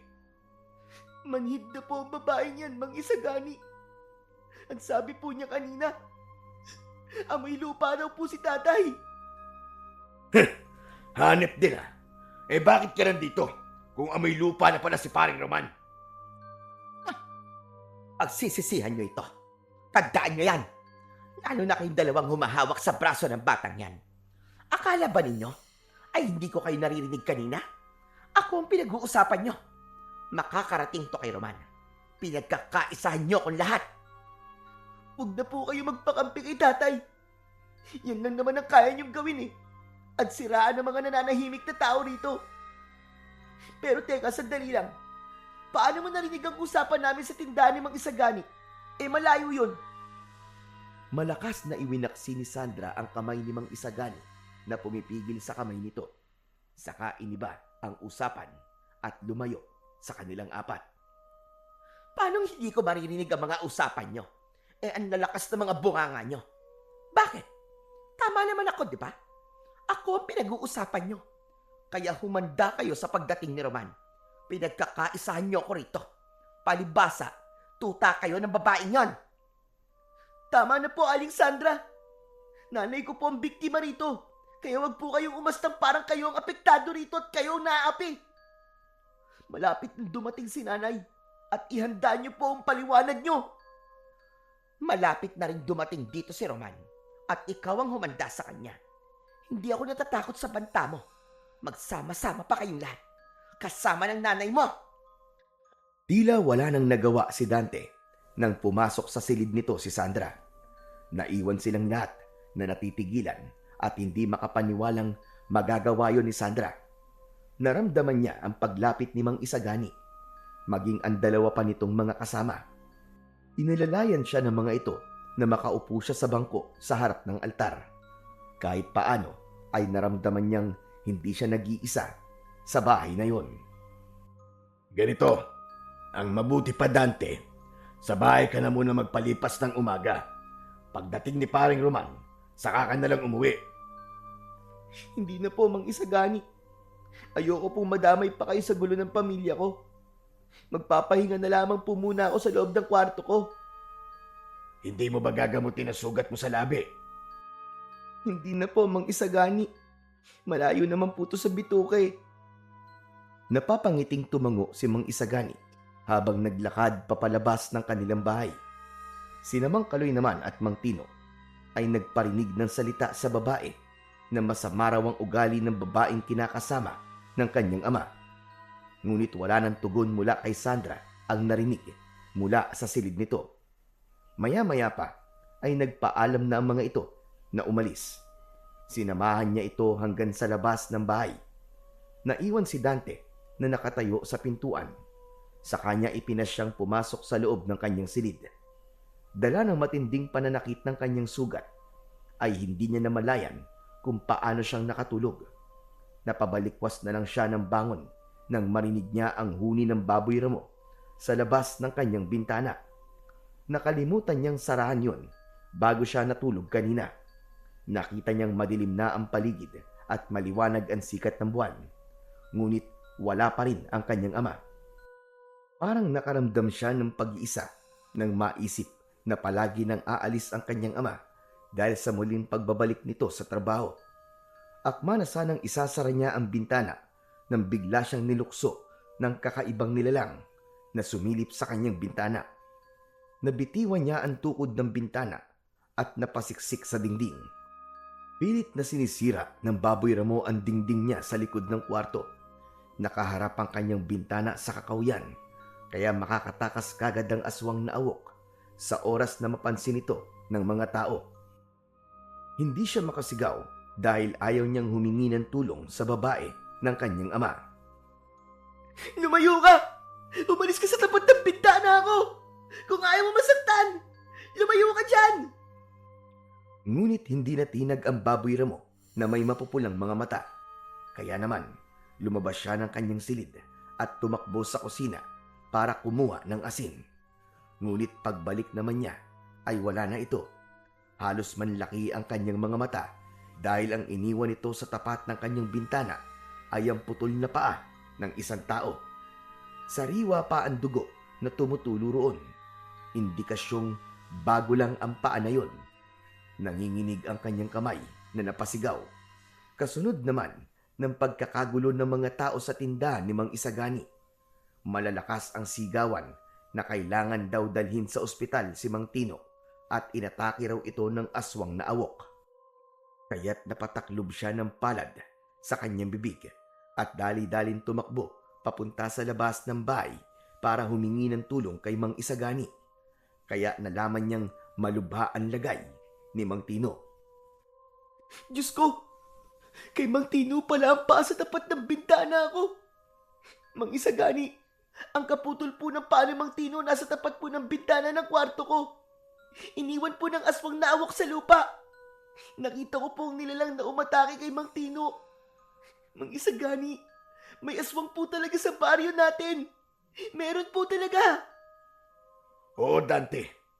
May nakakita rin kay Paring Tino kung paano siya inatake ng baboy ramo. Kasama niya si Paring Kaloy nang bigla silang sinugod ng galit na aswang na awok. Kumusta po si Mang Tino? Ayos lang po ba siya, Mang Isagani? Oo, ayos na siya, Dante. Nadala na kagad siya sa ospital kasama ni Paring Kaloy. Tara, punta na natin sa tapat ng bintana mo yung kaputol ng paa niya. Binalikan nila ang putol na paa ni Mang Tino, ngunit wala na roon ang paa. Bakas na lamang ng dugo ang naiwan sa lupa. Kaya naman, napamura sa hangin si Mang Isagani at galit na galit sa malupit na sinapit ng kaibigan. Si Dante naman ay ginapangan na ng takot sa katawan. Nagsimula na magparamdam sa mga tao ang aswang na awok. At ngayon ay patuloy pa rin itong gumagala sa baryo para makapambiktima. Hindi maganda to. Maaaring hindi niya tuluyang napatay si Paring Tino, pero simula na ito ng pag-asik ng lagim ng aswang na yon. Saan kaya siya nagtatago? Anong nangyayari dyan, Dante? Natutulog ako eh. Ang ingay-ingay nyo. Sige, matulog ka lang. Nagkakagulo na mga tao rito sa labas. Wala ka pa rin pakialam. Hindi ko na ba kayo makakausap ng maayos? May tunog bang alam ang nangyayari sa paligid niya? Ay nako, mahirap talaga makipag-usap sa mga taong nakatira sa lugar na to. Hindi nila pinansin ang sinabi ni Sandra. Sa halip, muli nilang pinagmasdan ang lupa na may bakas ng dugo ni Mang Tino. Bumundol ang kaba sa kanyang dibdib. Pangalawang beses na siyang inatake ng aswang. Baka sa pangatlong pagkakataon ay hindi na siya makaligtas. Kailangan malaman ni tatay to, Mang Isagani. Natatakot po ako mag-isa sa bahay, baka umatake po ulit ang aswang nawok. At hindi na po ako makaligtas sa halimaw na yon. Palagi ka nalang magdadasal sa Panginoon at huwag lumabas ng bahay kapag gabi na. Kaya simula sa oras na to, palagi na kami magbabantay sa paligid. Kaya huwag ka na mag-alala, Dante. Narinig na lamang ni Dante ang yabag ng paa ni Sandra na pumasok sa loob ng silid nito habang walang tigil sa pagbulong. Saka siya muling napasulyap sa kinatatayuan ni Mang Isagani. Maya-maya pa ay nagpaalam na rin itong umalis. Hinintay siya nitong pumasok sa kanilang bahay. Kaya lang ay nakita niyang nakaabang si Sandra sa kanya na tila ba naghahanda ito ng pagkain sa lamesa. Ang alam niya ay bukas pa ang uwi ng kanyang ama, kaya walang dahilan para maghanda ng pagkain ang babae. Nakita niya ang water gun sa ibabaw ng lamesa na katabi nito. Hindi niya naalala na ito pala ang pumulot ng laruan na nabitiwan niya nang magkagulo sila sa loob ng bahay. Kumain ka na. Baka naman malipasan ka na ng gutom. Isipin pa ni Roman na ginugutom kita at hindi pinapakain. Sige na, maupo ka na. Sabayan mo na akong kumain. Busog pa po ako, Aling Sandra. Salamat na lang po sa pag-alok. Ba't? Ako na nga ito nagpapakumbaba sa'yo eh. Tatanggihan mo pa ang inaalok kong pagkain? Kumain ka na. At hindi ko ito mauubos na mag-isa. Sino po ba nagsabi sa inyong ipaghanda niyo po ako ng pagkain? Sa kaadobong karne po ng baboy ang niluto niyo. Pagkatapos ko makita ang paa ni Mang Tino, wala na po akong ganang kumain. Pambihira naman itong batang ito. Hindi ka na nakakain eh. Mandadamay ka pa. Nawalan na rin ako ng ganang kumain. Kung kailan nasa harap tayo ng pagkain, saka naman nakakadiri ang sinasabi mo. Akma na sanang papasok siya sa loob ng kanyang kwarto nang bigla niyang naramdaman ang paghawak sa kamay niya ni Sandra at ibinigay nito sa kanya ang water gun. Dante, dalhin mo na to sa silid mo. Hindi naman ako naglalaro ng laruan na yan eh. Pasensya ka na ha. Pero totoong nagmamalasakit ako sa'yo. Kapag nagutom ka, kumain ka na. Pero imbis na tanggapin ang ibinibigay nitong water gun, ay tinabig niya ang kamay nito. Kaya naman, nabitiwan nito ang laruan at galit siyang hinawakan sa kanyang tigkabila ang braso. Naramdaman niya ang pagbaon ng kuko nito sa kanyang balat at nanlaki ang kanyang mga mata nang makita niya ang nandidilat na mga mata ni Aling Sandra. Parang biglang nagbago ang kulay ng mga mata nito, pero agad ding naglaho. Napaatras siya ng ilang hakbang, kaya nakawala siya sa pagkakakapit nito sa kanyang braso. Umiwas ito ng tingin at tumalikod sa kanya. Hindi niya alam kung ano ang gagawin at sasabihin sa babae, pero kakaiba ang napansin niya rito. Hindi siya mapalagay pagkatapos niyang makita ang biglang pagbabago sa ugali nito. Sinisikap ko maging mabuti sa'yo. Hindi habang buhay, pagtitiisan ko ang ugali mo, Dante. Mahal ko si Roman at walang makakapigil sa akin na mahalin siya. Siya lang ang minahal ko ng ganito. Kaya isa lang ang pakiusap ko. Huwag mo na lang sabihin sa iyong ama ang nangyari sa atin kanina. Nakikiusap ako sa'yo. Bakit? Natatakot ka na mawala ang pagmamahal ni tatay sa'yo? Kung totoong nagmamalasakit ka sa akin, layuan mo ang tatay ko. Malalaman ni tatay ang ginawa mo sa akin. Kaya huwag kang umasa na susundin ko ang mga sinabi mo. Hindi kita kadugo at pamilya ko ang sinira mo. Ikaw ang mag-iingat dahil sa oras na malaman kung may tinatago ka sa amin, magbabayad ka. Mawawala ang lahat-lahat sa'yo. Hindi na niya hinintay na magsalita si Sandra at mabilis siyang pumasok sa loob ng kanyang kwarto habang ang water gun ay naiwan na naman sa sahig. Nagtataka man siya sa kanyang napansin kanina ay naisip niyang baka nagkakamali lang siya sa kanyang mga nakita o namamalik mata. Baka dala lang yon ng takot niya sa mga aswang na awok. Kaya naman, muli siyang bumalik sa kanyang higaan at ipinagpatuloy ang pagtulog. Hindi na niya namalayan kung ano ang nangyari sa kanyang paligid. Basta't nagising siya sa boses ni Mang Roman, kausap si Sandra. Ganon din ang mga tao sa labas ng kanilang balkonahe. Narinig niyang ibinalita ng mga ito ang nangyari kagabi kay Mang Tino. Baliwala sa kanyang ama ang nangyari sa dati nitong kaibigan. Sa halip ay nagalit pa ito dahil nakapagsumbong na pala si Sandra kay Mang Roman ng tungkol naman sa kanilang pag-aaway ni Sandra na nauwi sa pisikalan. Hindi nakatiis si Mang Isagani at ipinagtanggol naman siya nito. Wala na. Talagang nabulag ka na ng pagmamahal mo sa kabit mo, paring Roman. Kahit ng kaligtasan na ng anak mo ang isinasakripisyo mo, alang-alang sa babaeng yan. Hindi ka naman dating ganyan, ha? Talagang nagbabago ang tao, paring Isagani. Kaya imbis na pinakikialaman mo ang buhay ko, asikasuhin mo na lang ang nalulugi mong tindahan. Nang marinig ni Dante ang sinabi ng kanyang ama kay Mang Isagani, ay parang siya ang nasaktan. Lalo na at ito ang parang tumatayong ama niya habang abala si Mang Roman sa babae nito. Nagmamalasakit lang ito sa kanya. Kaya naman, hindi na napigilan pa ni Dante ang kanyang sarili at lumabas siya ng kanyang kwarto. Nakita niyang nasa tabi ni Mang Roman si Sandra habang nakakapit ito sa braso ng kanyang ama. Tay, huwag niyo pong pagsasalitaan na masama si Mang Isagani. Siya na nga lang po natitira nagmamalasakit sa akin eh. Tapos, pagsasalitaan niyo pa po ng masama. Hindi ka kasali sa usapan to, Dante, ha? Mamaya tayo mag-uusap. Hindi ko na nagugustuhan ang ugali mong bata ka, ha? Hanep ka talaga. Pagkatapos ng pambubugbog ng asawa mong hilaw kay Dante, ngayon naman, ikaw naman ang mananakit sa kanya. Baka magulat ka na lang isang araw para nang dikya ang katawan ng anak mo dahil bugbog sarado na ninyong dalawa. Mahal ko, hindi ko binugbog si Dante. Nasaktan lang talaga ako sa sinabi niya kaya nasampal ko siya. Ayos ka din, no? Sampal lang ba talaga, Sandra?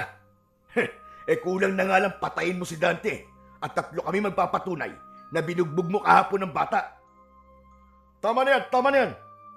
Alam ko naman na gumagawa lang kayo ng kwento para maghiwalay kami ni Sandra. Pwes, hindi ko hahayaang magtagumpay kayo. Lalong-lalo ka na, Dante. Nakakadismaya na ang ugaling ipinapakita mo sa akin at kay Sandra. Parang hindi ka namin pinalaki ng maayos. Timang Isagani na ang hindi nakatiis at ito na mismo ang sumagot sa sinabing yun ni Mang Roman. Bakas sa mukha ni Mang Isagani ang labis na galit. Ikaw ang hindi pinalaki ng maayos sa mga magulang mo, paring Roman. Ang malas ni Dante at Danica sa pagkakaroon nila ng irresponsabling tatay sa kanilang pamilya. Ano bang ikinagagalit mo ha, Isagani? Hindi ko talaga maintindihan, pare, kung bakit nagagalit ka sa akin. May gusto ka ba sa asawa ko, ha? Oo, may gusto ko sa kanya. At hindi ko lang siya gusto. Dahil minahal ko siya. Pagmamahal na pilit na hinahanap sa'yo. Samantalang nandito naman ako para sa kanya. Ako lang naman ang tangang kasintahan niya noon na nagparaya dahil mahal ka ni Danica. Pagkatapos, ganitong klase lang palang lalaking pipiliin niya.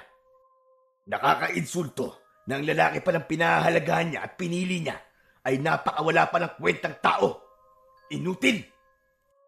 Tuluyan na ngang nagkagulo sa loob ng bahay sina Mang Roman at Isagani, habang si Sandra ay hindi malaman kung paano aawatin ang dalawang lalaki na nag-aaway sa kanilang harapan. Palitan ng suntok, sipa at pagmumura ang maririnig sa loob ng bahay. Habang si Dante naman, dala ng kanyang galit na rin, kinuha niya ang kanyang laruan na water gun sa ibabaw ng lamesa at nilagyan niya yon ng tubig. Pagkatapos ay walang tigil niyang pinatamaan ang mga ito ng tubig sa muka. Kaya naman, naawat niya ang mga nag-aaway na sina Mang Roman at Mang Isagani. Dala ng matinding galit ng kanyang ama, nilapitan siya nito at malakas siyang sinampal. Bumalandra siya sa dingding at tuluyang bumagsak sa saig.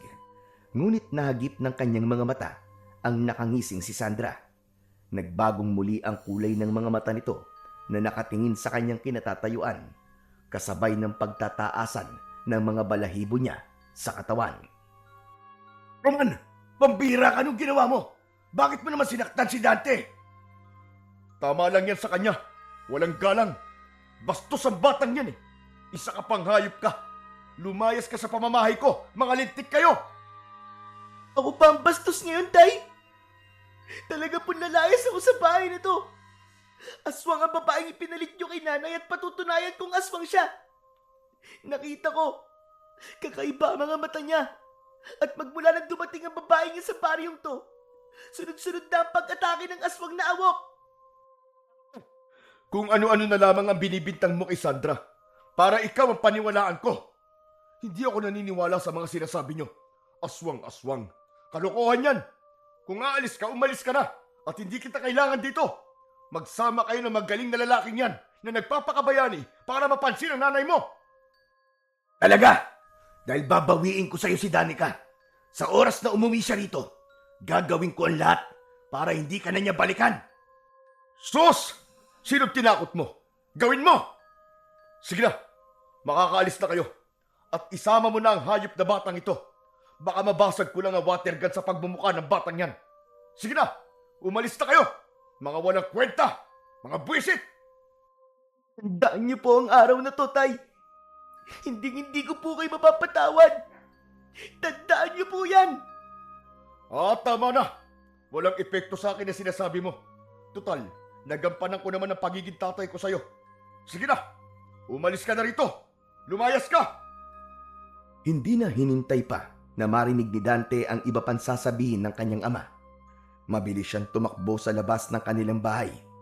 Nilampasan din niya ang nakatayong si Mang Kaloy at Mang Isagani.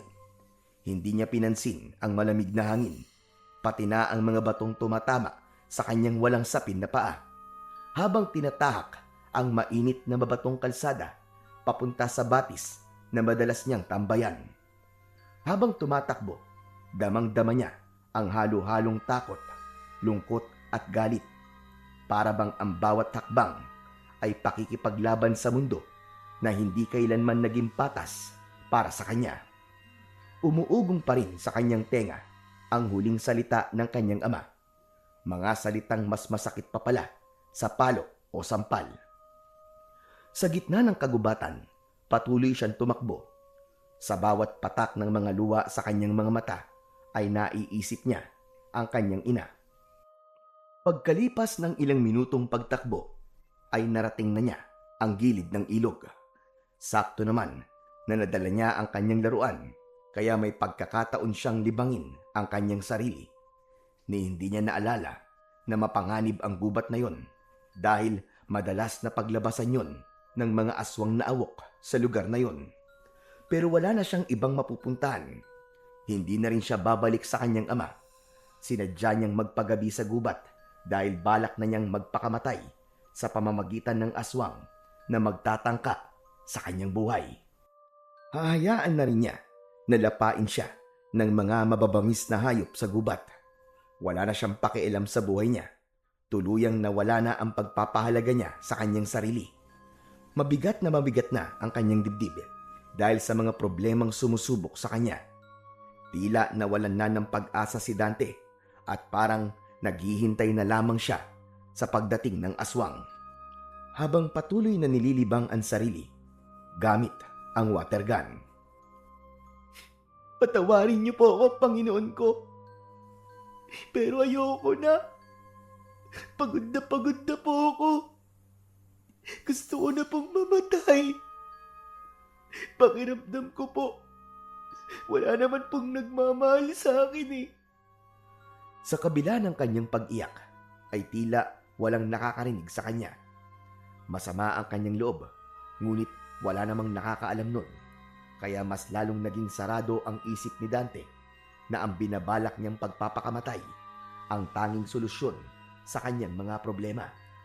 Ilang oras ang lumipas habang nakaupo siya sa ilalim ng puno ay kumalat ang dilim sa paligid. Umaasa siyang hahanapin siya ng kanyang ama. Kagaya ng ginawa nito nung minsang naglaya siya.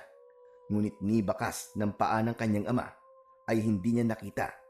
Sa halip, ang tumatakbong sinamang Isagani at Mang Kaloy ang nakita niyang papalapit sa kanya. Takot na takot ang mga ito na akala niya ay nag-aalala para sa kanya. Tumayo siya para salubungin ang dalawa, ngunit nang makita niyang may nilalang na nakasunod sa mga ito, ay natigilan din siya sa kanyang kinatatayuan. Dante, takbo na! Hinahabol kami ng aswang na awok! Takbo, Dante! Takbo! Hindi na nag-aksaya pa ng oras si Dante. Matapang niyang hinarap ang aswang dahil yun naman talaga ang balak niya. Kaya lang, galit na kinaladkad siya ni Mang Isagani papalayo sa aswang na papalapit sa kanilang kinaroroonan.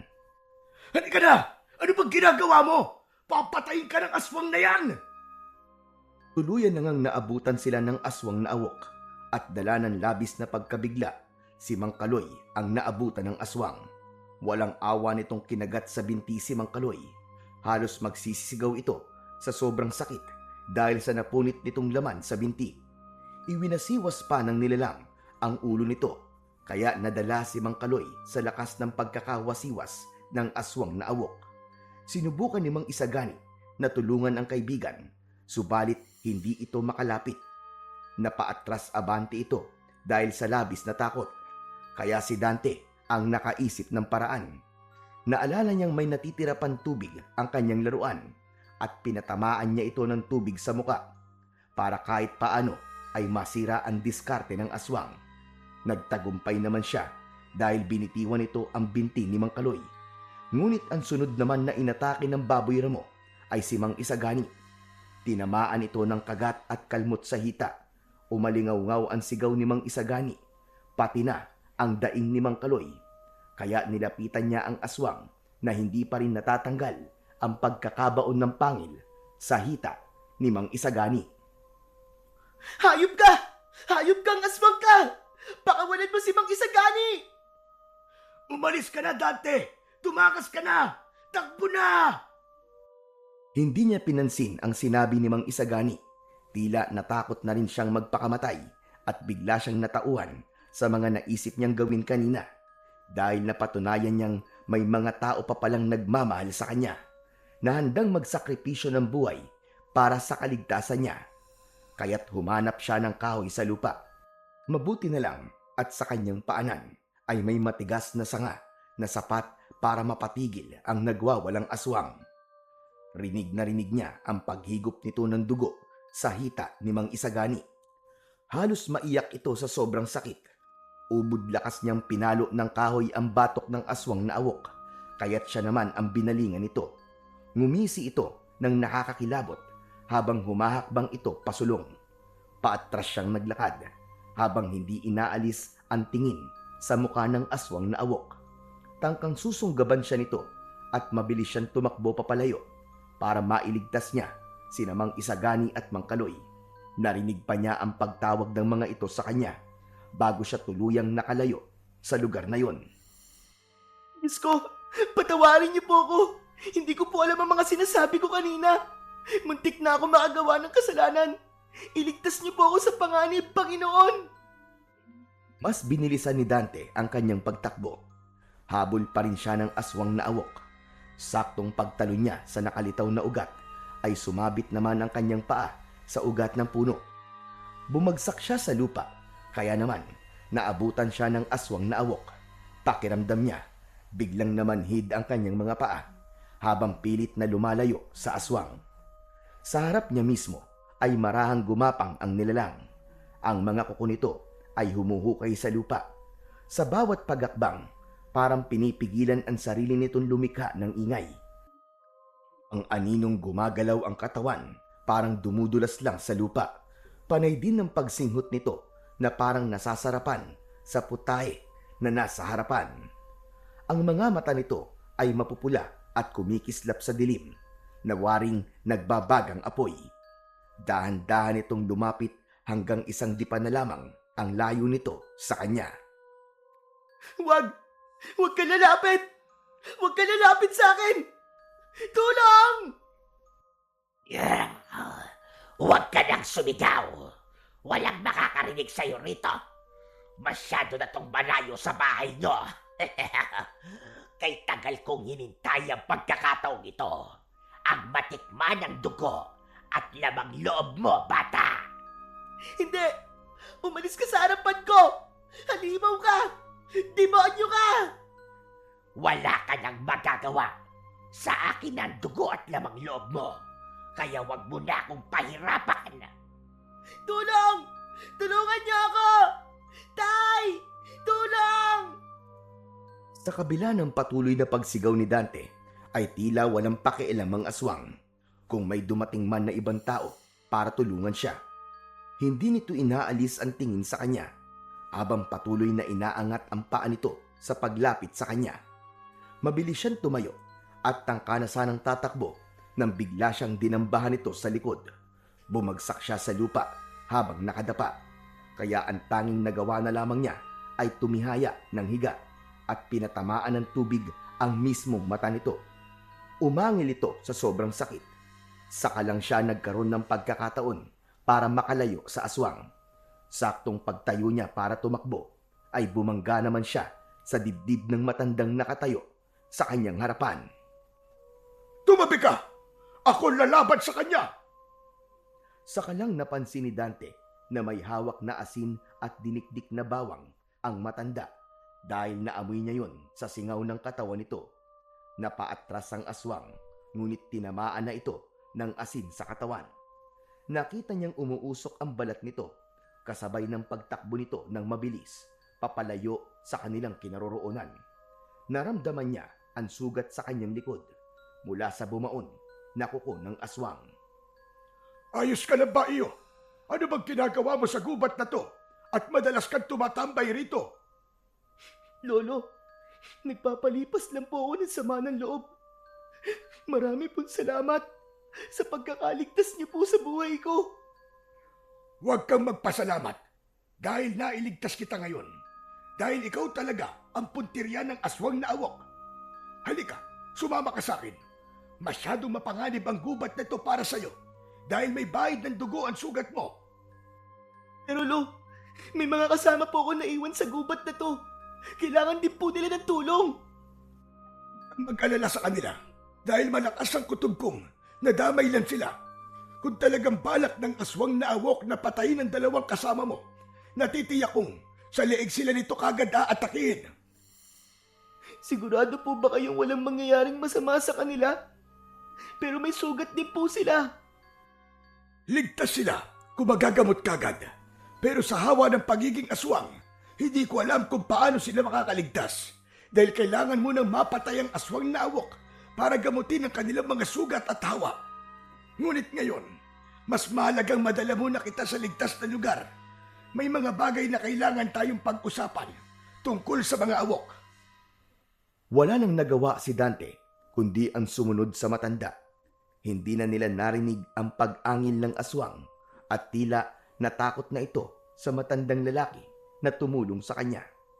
Ilang minuto lang ang kanilang ginugol sa paglalakad at narating na nila kagad ang maliit na kubo na gawa sa pawid at kawayan. Mabilis na binuksan ng matanda ang bahay nito at kagad na pumasok sa loob ng kusina para kumuha ng panggamot sa kanyang mga sugat. Hindi pa man tuluyang humihilom ang dating sugat niya sa tiyan. Ngayon naman ay meron na namang kasunod. Maupo ka na muna dyan sa bangkito, iyo. Lolo, mawalang galang na po. Sino po ba kayo? Ako si Lolo Turing. Albularyo ko na nakakaalam sa mga aswang na awok. Saglit lang at ihahanda ko lang ang langis na ilalagay ko sa binti mo. Kailangan nating magmadali para makabalik ka sa bahay nyo. Hindi na po kailangan, Lolo Turing. Kabilugan ng buwan ngayon at malakas ang kutob kong. Ngayon ang pagpapalit balat ng aswang na awok. Makikilala natin ang aswang kahit siya ay nasa anyong tao. Dahil kakaiba ang tutubong balat sa kanya. Kaya sige na iyo, mamaya na natin pag-usapan ang mga tanong mo. Ang kailangan natin ay makabalik kagad sa bahay mo. Malakas ang kutob kong, kaya ikaw ang pinupuntiryan ng aswang. Dahil ikaw ang sagabal sa kanyang mga plano. Ano po, Lolo Turing? Paano naman po ako naging sagabal sa plano ng aswang na yon? Planong magparami ng lahi. Mahirap ipaliwanag sa iyo. Ngunit bihira akong magkamali sa aking mga kutob. Sinasabi po ba niyong kilala ko ang aswang na awok? Tumango si Lolo Turing bilang pagsang-ayon sa sinabi niya. Hindi niya maipaliwanag ang kaba sa kanyang dibdib, lalo na at unti-unti niyang nauunawaan kung bakit naisip ni Lolo Turing na kilala niya ang awok. Idagdag pa ang minsang napansin niya sa mga mata ni Sandra. Kaya naman, pagkatapos siyang gamutin ni Lolo Turing, ay tumayo siya para magpasama sa matanda. Maganda na muna tayo ng mga kakailanganin natin. Mabuti na lang. At kahit hinabol ka ng aswang na awok, ay hindi mo nabitiwan ang water gun na yan. Malaki ang may tutulong ng laruan mo na yan sa ibibigay ko sa iyo. Muling pumasok sa kusina si Lolo Turing at kumuha ito ng maraming bawang, sili at tubig na nakalagay sa galon na kulay puti. Ang mga dinikdik na bawang ay pinagsama-sama ng matanda sa galon at inihalo yun sa tubig, saka ibinuo sa lagayan ng tubig ng kanyang baril-barilan. Lolo Turing, ano pong gagawin natin sa laruan ko? Saka bakit nilalagyan niyo po ng bawang?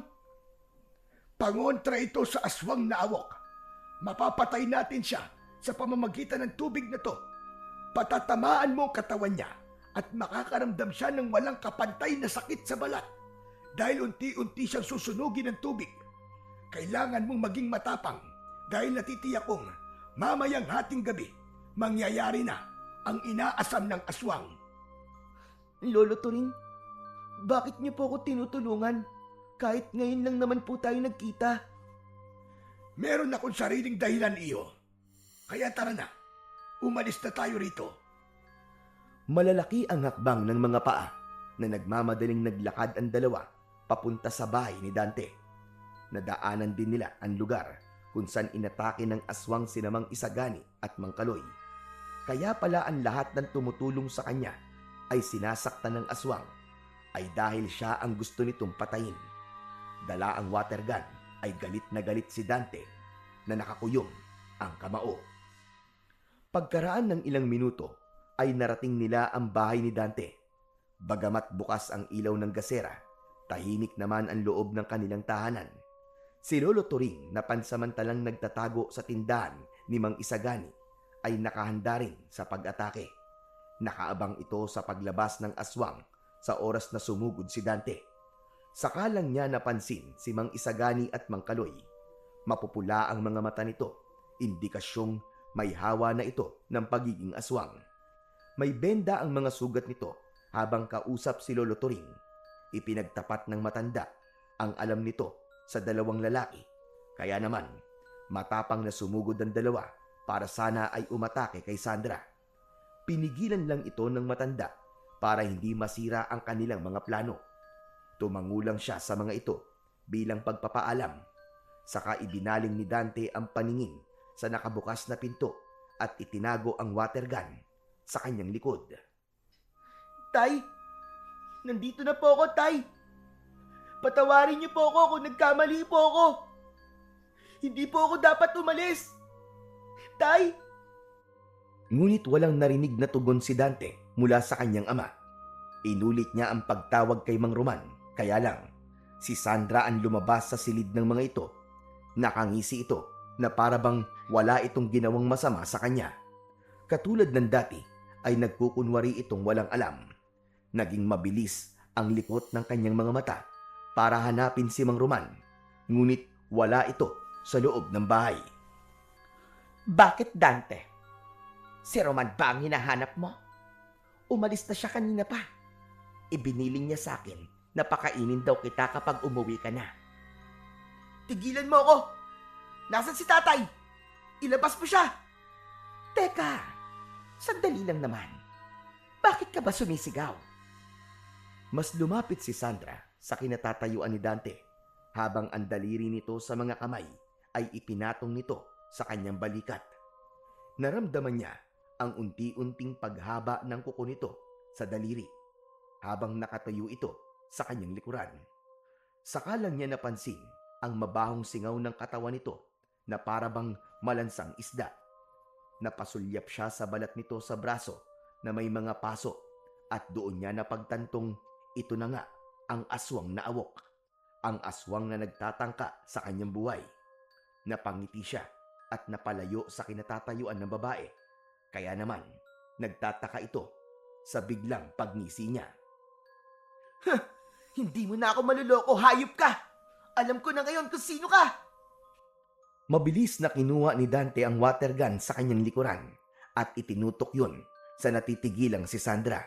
Nang makita nito ang hawak niyang laruan, ay napahalakak ito ng tawa habang unti-unting nagpapalit ng anyo sa kanyang harapan. Big, tubig ang ipagtatapat mo sa akin. Nagpapatawa ka ba? Hindi lang to basta-bastang tubig. Nasaan ang tatay ko? Ilabas mo siya. Kung ayaw mong ubusin ko ang laman ng laruan na to sa katawan mo. Tumigil ka. Hindi mo ako matatakot. Ikaw ang binibigyan ko ng pagkakataon para mabuhay. Kaya't sa ayaw mo't sa gusto, kakainin ko ang laman loob mo at sisipsipin ko ang dugo mo. At si Roman, akin na siya. Wala ka nang magagawa. Hinilabit ni Dante ang gatilyo ng kanyang baril-barilan at lumabas ang tubig sa dulo nun. Diretso ang pagtama sa mukha ni Sandra. Napasigaw ito ng ubod lakas. Kaya naman, pumasok na sa loob ng bahay ang dalawang kaibigan ng kanyang ama. Kasabay ng pagpapalit ng mga ito ng itsura, ay inatake ng mga ito si Sandra na mabilis ring nakapagpalit ng anyo. Nagpambuno ang mga ito sa sahig, nagawa sa tabla, habang si Dante ay sinimulang hanapin ng kanyang ama. Habang nagkakagulo ang mga baboy ramo sa pakikipaglaban, tuluyang nahawa na sa pagiging aswang ang dalawa at nakikipagtapatan na ng lakas sa makapangyarihang aswang na awok. Pagpasok niya sa loob ng silid ng kanyang ama, ay nakita niyang nakagapos ang mga kamay nito sa silya. May busal ang bibig nito habang nagpupumiglas sa upuan. Tay! Tay! Ililigtas ko po kayo! Hindi pa man tuluyang nakakalagan ng tali ni Dante ang gapos ng kanyang ama, ay bumalandra naman siya sa dingding ng silid. Naramdaman niya ang sakit mula sa sugat niya sa likod. Narinig niya ang malakas na pag-angil ng baboy ramo na pilit siyang pinipigilang makalapit sa kanyang ama. Maigpit niyang hinawakan ang kanyang laruan at pinuntirya niya ng tubig ang mukha nito. Halos pasuray-suray itong lumabas ng silid. Saktong paglabas nito ay pinagtulungan naman ito ni Namang Isagani at Mang Kaloy para kagatin sa leeg. Kaya lang, malakas ang kalaban. Bumagsak sa sahig ang dalawa. Kaya't si Lolo Turing naman ang gumamit ng pangontra Habang binubuhusan ng matanda ang katawan ng aswang, ay tumayo naman si Dante at kinalabit ang gatilyo ng water gun. Sa mukha niya ito pinuntirya at kagaya ng sinabi ni Lolo Turing, sa harap nila mismo, nagpalit ng balat ang aswang at nangihinang bumagsak sa saig. Doon na sinamantala ng dalawang lalaki ang pagkakataon. Pinagtulungan ng mga ito si Sandra para patayin. Habang nasa anyo ito ng baboy ramo, walang awang pinagluray-luray nila ang katawan ng aswang na awok. Si Mang Roman naman ay pinakawalan ni Lolo Turing. Nabigla rin ito sa mga natuklasan tungkol sa totoong pagkatao ng kinakasama nitong kabit.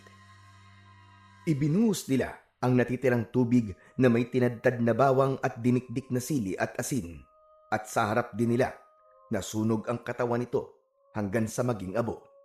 Sinamang Isagani at Mang Kaloy ay tinulungan ng matanda na bumalik sa dati nitong anyo. Ang abo mismo ng katawan ng aswang na awok ang ginamit para mawala ang hawa ng aswang sa katawan ng mga ito. Parang walang nangyaring gumaling ang mga ito sa pagiging aswang. Diyos ko! Aray ko!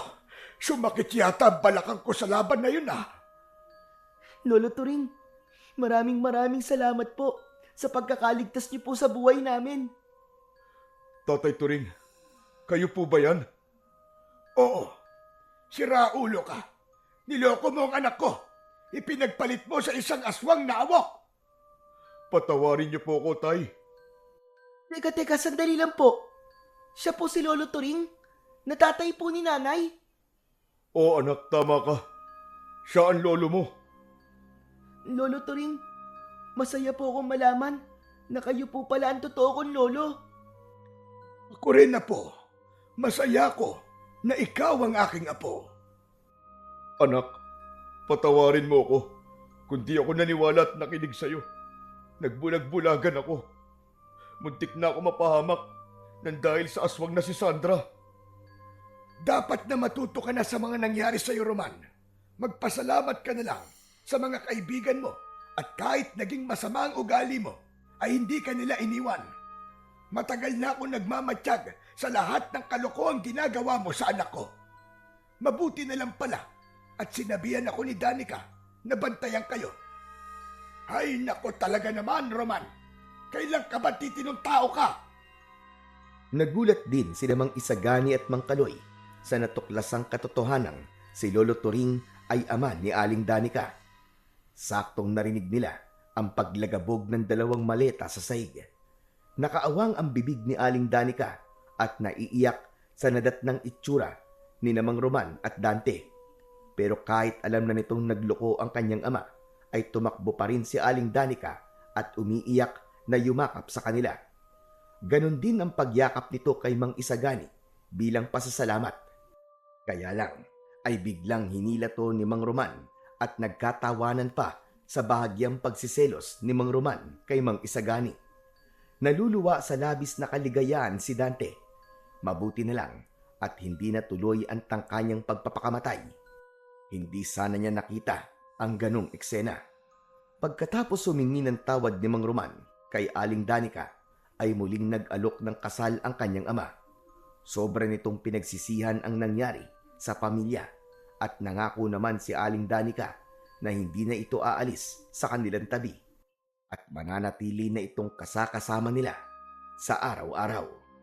Kasama ang kanyang lolo Turing. Tunay na ang pagpapatalo sa tukso ay makakasira ng matatag na pamilya.